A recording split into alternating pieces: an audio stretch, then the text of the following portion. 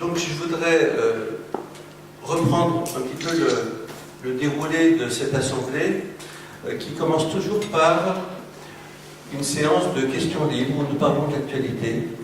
Et là, les évêques ont abordé quelques sujets, en particulier les attentats, puisque parmi nous, il y avait l'évêque de Nice, Monseigneur Marceau, qui est revenu sur les attentats et les suites des attentats, et notamment sur l'accueil que le pape François a réservé aux familles, les familles des victimes. Et vraiment, les familles ont été touchées par cet accueil.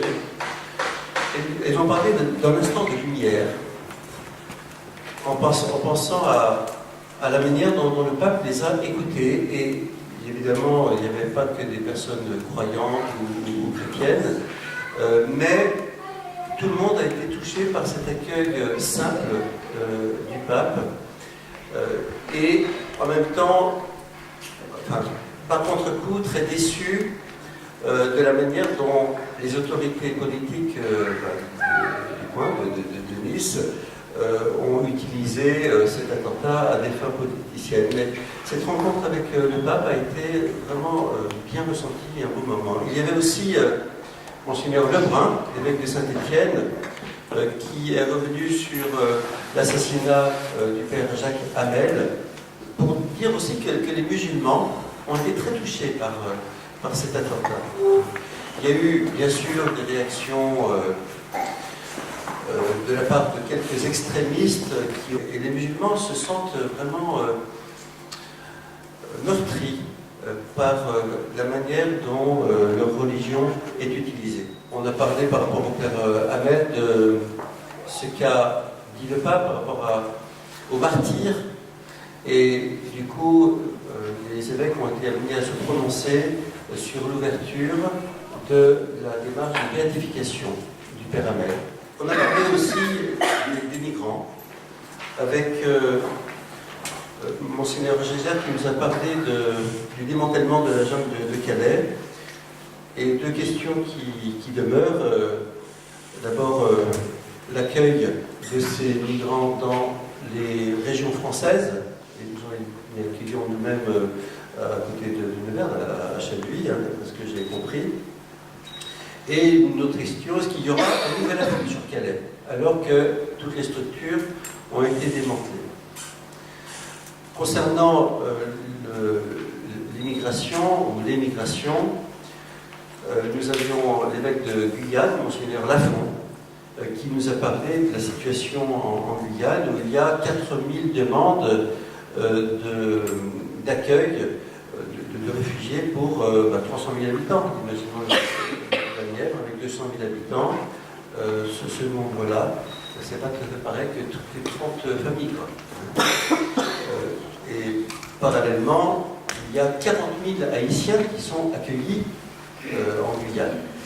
La situation de Haïti est dramatique, notamment après l'ouragan dont on a parlé. Monseigneur Riocreux, l'évêque de Guadeloupe, nous a parlé de cette situation qui a été décrite comme celle de la bombe atomique à Nagasaki, un cyclone qui est le plus important depuis un siècle. Donc Caritas s'est engagé pour le soutien des victimes. Et puis l'évêque de Troyes, Monseigneur Stinger, s'est rendu sur place en Haïti, et voilà ce qu'il nous dit: il n'y a plus de couleur. Il n'y a plus de couleur. Une impression de grand silence. L'avenir risque d'être très sombre s'il n'y a pas d'aide massive.